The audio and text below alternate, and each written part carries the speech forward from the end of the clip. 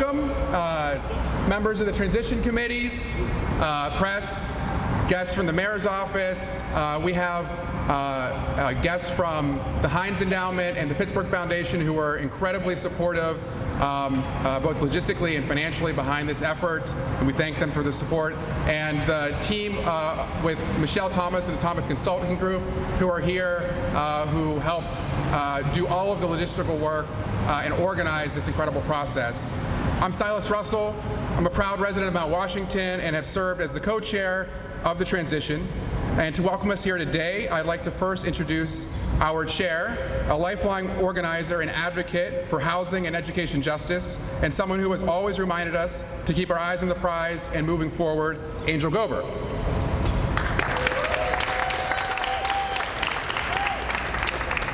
Good morning. Thank you all for being here.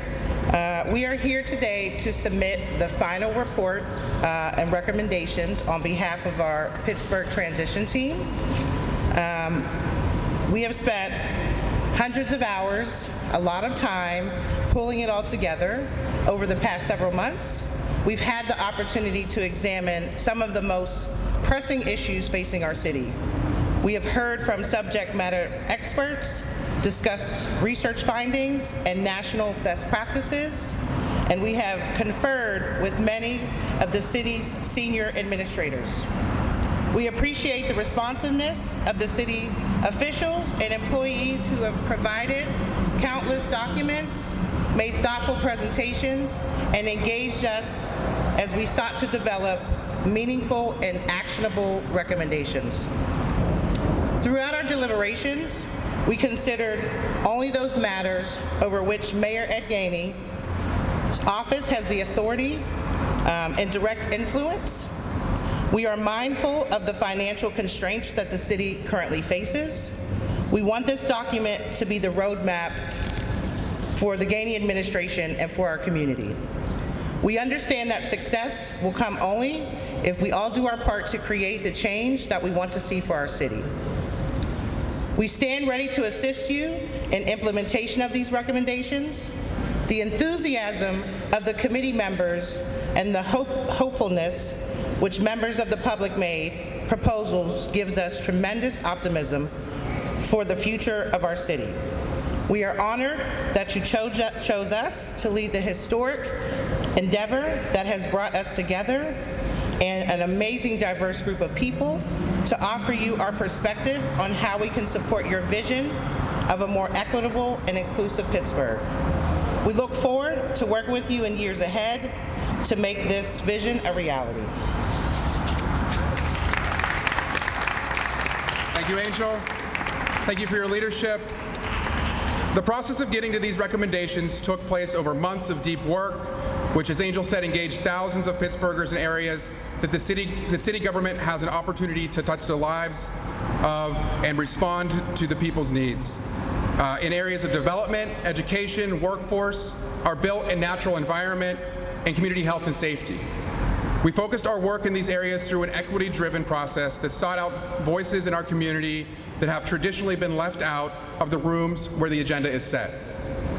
That started with an incredible and representative group of community leaders who stand behind me, and some of whom aren't here today, but we thank them and recognize them for their leadership, and the leaders who co-chaired our 4 committees.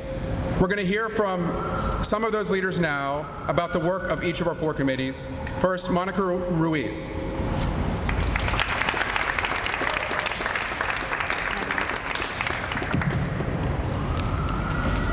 Good morning, everyone.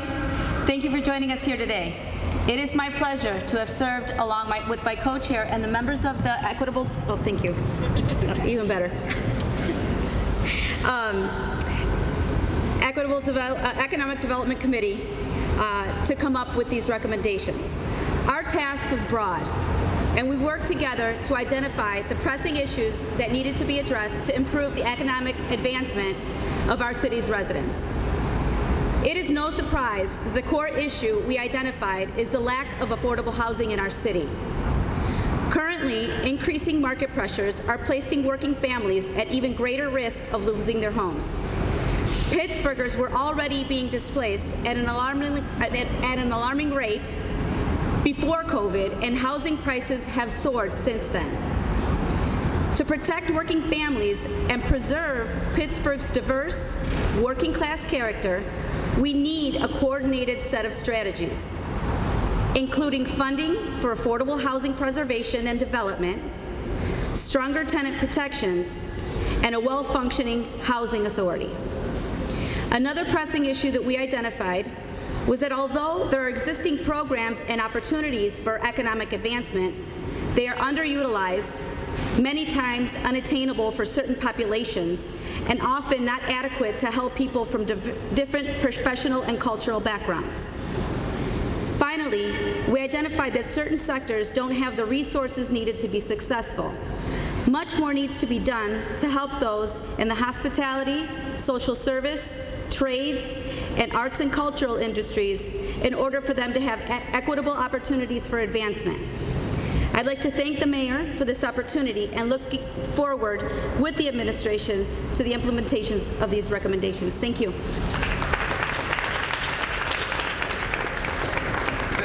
Thank you, Monica, and to the members of the Equitable Development Committee. Next, I'll bring up Dr. Regina Hawley.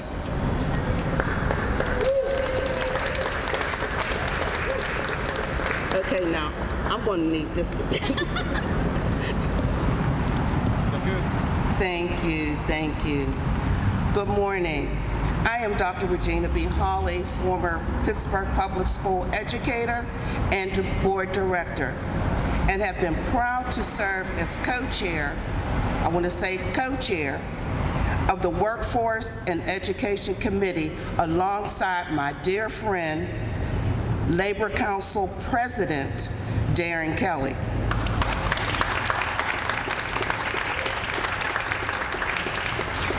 Our committee was tasked with issues that impact those who will forge the future of Pittsburgh, our workers, and our children. 2 years of COVID-19 pandemic set our students back and left many of our frontline workers burned out and without the support they need.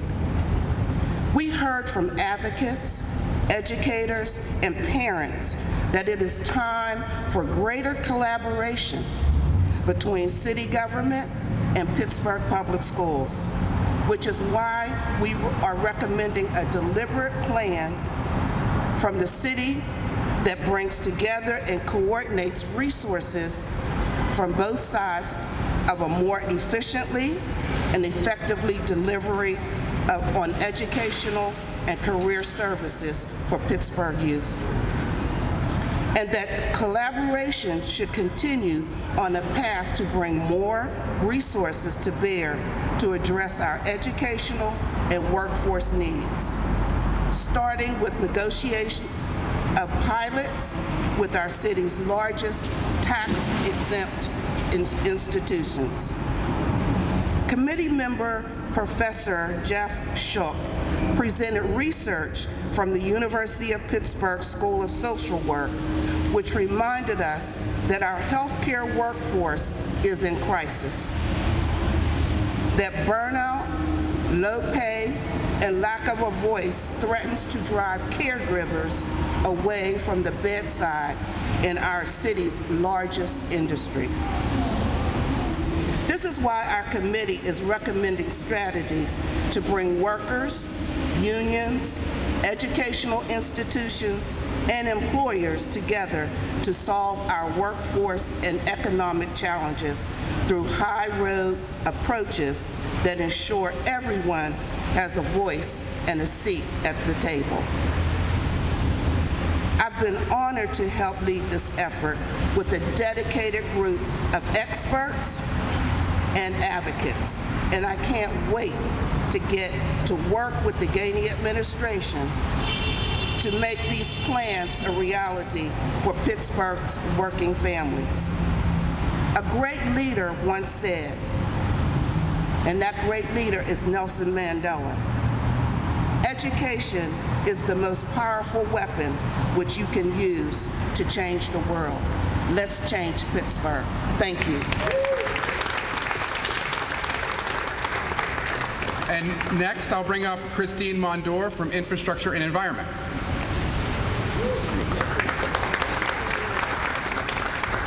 Good morning, everybody. I co-chaired with Dr. Jamil Bey the Infrastructure and Environment Committee. Infrastructure and Environment Committee had a fairly broad scope of things that we were to look at, and I will say that we had some of the most robust community engagement. We heard from individuals, we heard from businesses, we heard from nonprofits about the public realm of Pittsburgh that they care so deeply about.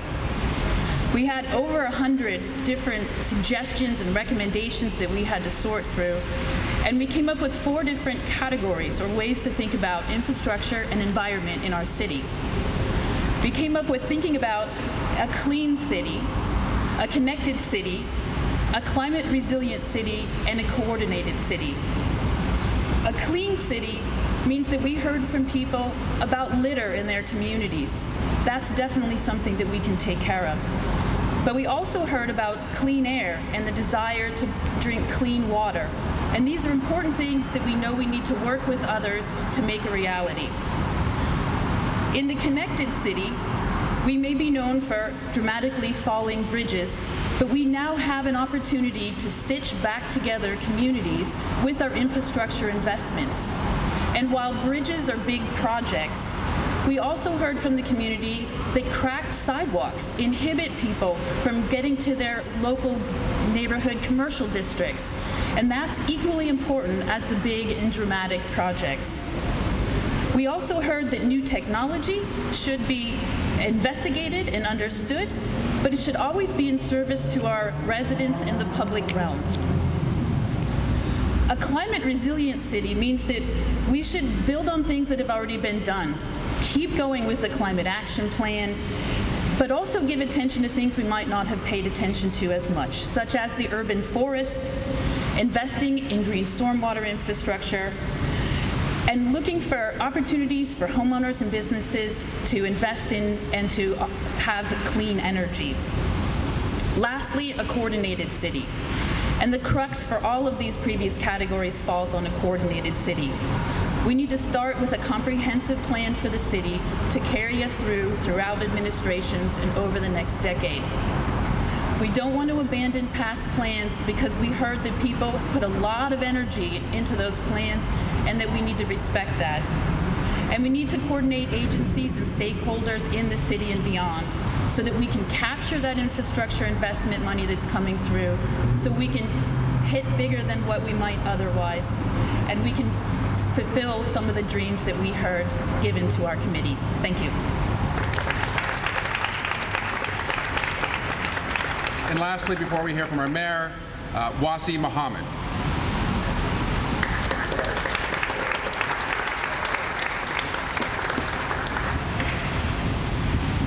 I'll make it work. Oh, thank you. Appreciate it.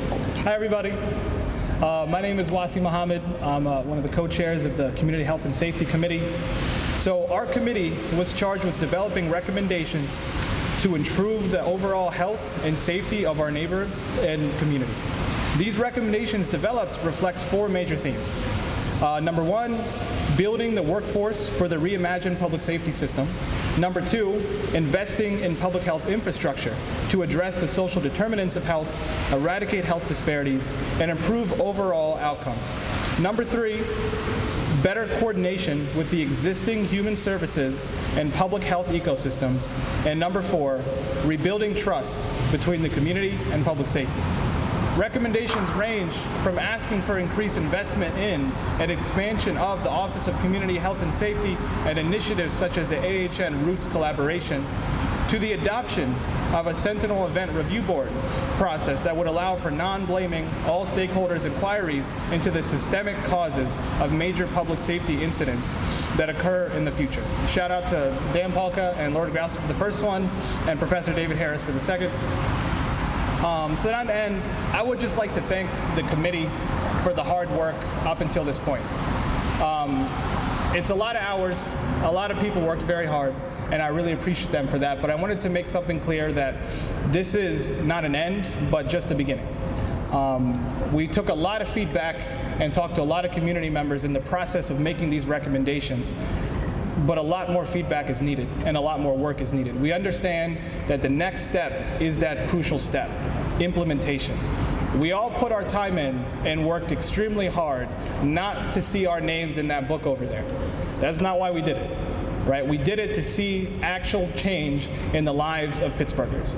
So our committee and all the committees are committed to continuing to work with the administration until we see that change. I'd like to thank Silas and Angel, for their work as our co-chairs of the entire transition process. I'd like to shout out to Dr. Elliott, who's here, for her work, thank you, as my co-chair. And I'd like to thank Mayor Gainey and the administration for the support until this point, and also for the commitment to including community voice and partnership in the implementation phase. And we're all ready to work. Thank you so much, appreciate it.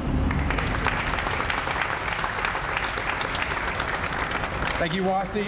And again, thank you and congratulations to everybody who led in this work, all 53 members of these transition teams who worked tirelessly, and the many hundreds and thousands of community leaders and members who spoke up and were part of this process. Now I have the honor and the privilege of introducing the leader whose vision has brought us here today. Mayor Gainey's bold optimism for the future of our city, his deep care for the well-being of our people, and his firm grounding in the reality of getting things done were the driving force behind our work. Please welcome, and we present to you, Mayor, your transition recommendations. Mayor Gainey.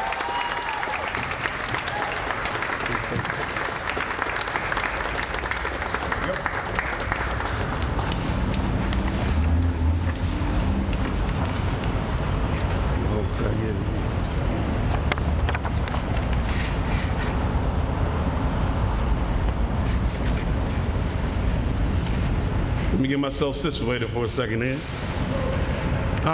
First, I just want to say thank you. I want to thank you to all the people that's up here today, all the people who came and participated and gave your ideas. To me, this is big. It's big for a number of reasons. One is that the group that you see up here today are not your normal people that you would see on the transition team. Though we respect every member that has served on the transition team before, this group right here is a new voice that has not been heard. And to me, I can't do nothing but say thank you. I want to thank the chair, Angel Goober, for your hard work, your tenacity, and your dedication. The co-chair, Silas Russell, for always being strategic in a vision that builds a new city. I also want to make sure that I thank and recognize Michelle Thomas. Where's Michelle Thomas at? Put your hand up.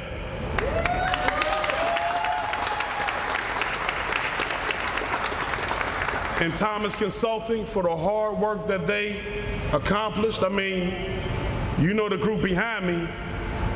You know, we're talking about a strong group of people back here. And they were able to come up with a transition report working with the diversity of minds. And I think that whenever you do that, we need to give Michelle Thomas and her group a hand.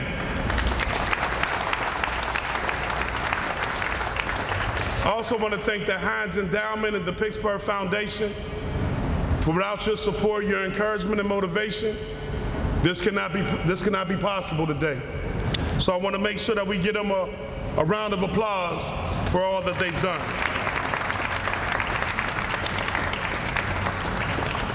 A lot of hard work and dedication went into this report. And that's why this report is the beginning and not the end. It's a report that we want to make the living document of beginning to transition this city into the city we all want to see. And so as you heard, Wasi said, this is not the end, it's the beginning. As we continue to build a city that's for all, a city that's inclusive, a city that makes sure that every aspect of our society is paying their fair share, and that we're doing what's necessary to bring us together to ensure not just the present, but the future. We see a clear agenda, community-oriented development, to ensure that all Pittsburgh benefits, from the most vulnerable communities to the most stable communities, have a voice and a say in how we build this region. We can only build this region together. The siloness that we have experienced through the years is gone. The way we do this now is through collaboration.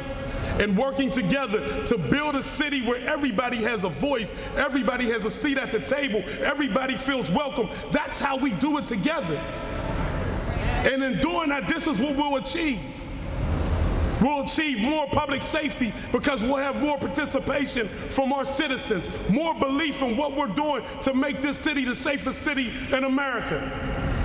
We'll do it through increasing affordable housing because we understand how important that is to stabilize our neighborhoods, to make sure that everybody has quality living, affordable housing so that they want to stay. One of the ways and why it's big is that's how we will retain our workforce and people that come here from our wonderful and great universities. And we want to make sure that we create an economy that thrives. No one should have to leave here to find a better quality. The greatest quality of life we can find is right here in our city. Right here in our city. Because together we can make this a city for all.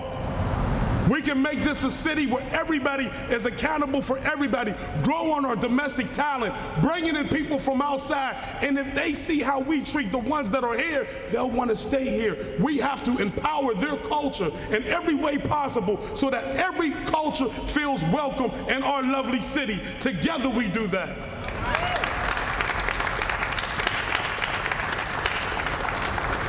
As I look forward to continuing to read this report, I know that we can make the change that we want to see.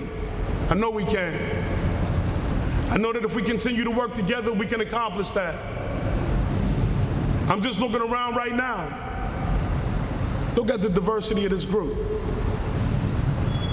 Look at the diversity in the crowd. Look at the new Pittsburgh. Look at how diverse we're becoming. Look how we're standing up to status quo, letting it know it can't grow, but looking at it through an equity lens to say that everybody's welcome here, and we will all be here, and we will create the opportunity to move this city forward. We will continue to grow. So let's do one thing, right? Let's go get it. Here.